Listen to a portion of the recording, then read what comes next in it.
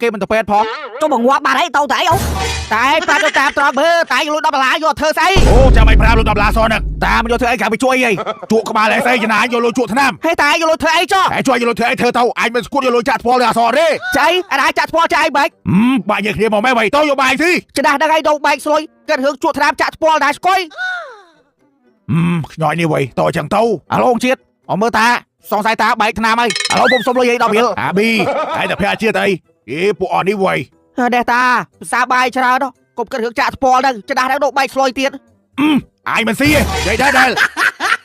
តែអីអាសនពពួកចាក់ថ្ពាល់ខ្លាំងហើយបានហ៊ានបោកចានបោកឆ្ដាងទៅជុំទៅជើបមានរឿងអីវៃហេទៅសួរអសនសិនមើលអញអាសង$10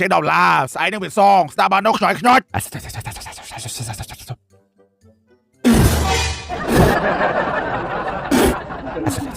អូអសនចុះផ្ទះទៅជើបឆ្លោះគ្នាបោកចានឡើងឌុងដៀងដល់សារតែឯងទៅចាក់ថ្ពាល់អីមិញជិះគាត់ទៅបោកចានឯងបោកទៅពាក់ព័ន្ធឯងមកខ្ញុំអូអាពេលចាក់ថ្ពាល់អញ្ចឹងបានទៅជើបបោកចានបោកឆ្នាំងប្រហែលក៏សុំលុយឲ្យទៅចាក់ដែរអូប្រហែលហើយព្រួយពេលហ្នឹងគាត់មកសួរថានិយាយលេងនិយាយមែនអូ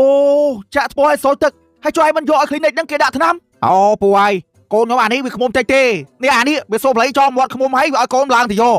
បើថាចាក់ថ្ពាល់ចាក់ទៅមិនបាច់និយាយមកវៀងដានអញទេអញមិនមែនតែជើបឃើញគេចាក់ថ្ពាល់ចាក់តាមទេ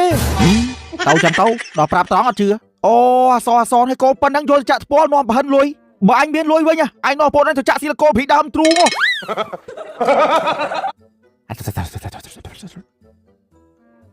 ឈប់អូចុះឯងស្គួតម៉ែឯងមកទប់មាត់អញផ្លេចសួរឲ្យឯងសូមផ្លេចគេផ្លេចដេញពឹសខ្មុំស្គួតចឹងមកទប់មាត់អាគុំអញពុំឡើង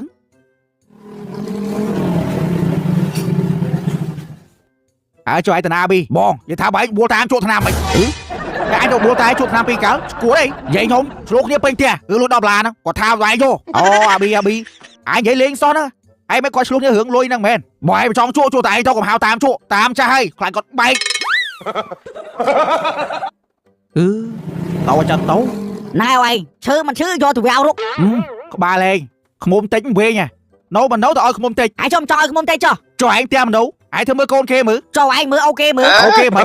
ឯងចង់និយាយថាហែងណាអត់ការងារធ្វើទៅឲ្យខ្មុំតិចកូនគេណាទៅលេងទៅឯងអញ្ចឹងអត់អីលេងទៅលេងមួយខ្មុំចុះខ្ញុំបានលេងដែរឡើងទៅយកហ្នឹង